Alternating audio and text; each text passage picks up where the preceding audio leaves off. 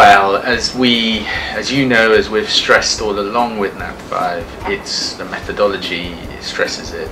It's very much about reported awareness. It's what patients were reporting. So the incidence, the overarching incidence that was quoted, the number of cases retrieved was all based on patient reports. We were satisfied that we were robust in the capture of those reports over that calendar year. I think with the methodology, the way the system worked, I think the number sort of missed and reporting to places that were not captured, I think was few and far between. But nevertheless, it was reports.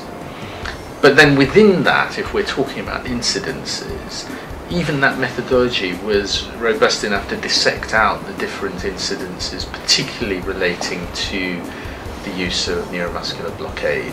So even within a low incidence overall reported, we still were able to have that resolution power to dissect out different incidences within the overall incidence. Sure. And I think that was most marked by the caesarean section rate of 1 in 670 to no paralysis rate of 1 in 136,000. So we've quoted a wide range there. Sure. But I'm reflecting on some of the discussions in the NAP5 panel, and actually comments I've heard from anaesthetists who have no connection with direct connection with NAP5, to the effect that the incidence of reporting seems to cast doubt or puts a question mark on the previous Bryce type study incident. I mean, clearly that was the danger of that, layer of interpretation, or you could say misinterpretation. And we did our best in the launch, in the production, you could say, of the report to avoid or prevent that.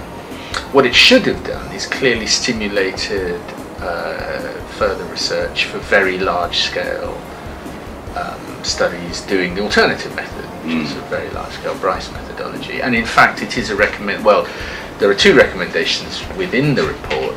One is to keep an ongoing registry of patients, however they are captured. And I think an ideal situation would be that, yes, you take the spontaneous report, put the patients into a registry, but then you have an ongoing Bryce activity that captures more and put them into a registry too. And then within your registry, it's sort of like the US registry, which is entirely passive and voluntary, but a more active registry, that then within it has two cohorts. You have a spontaneous cohort and a Bryce cohort, and actually you can track those over time. And that's embedded in the report as a as recommendation.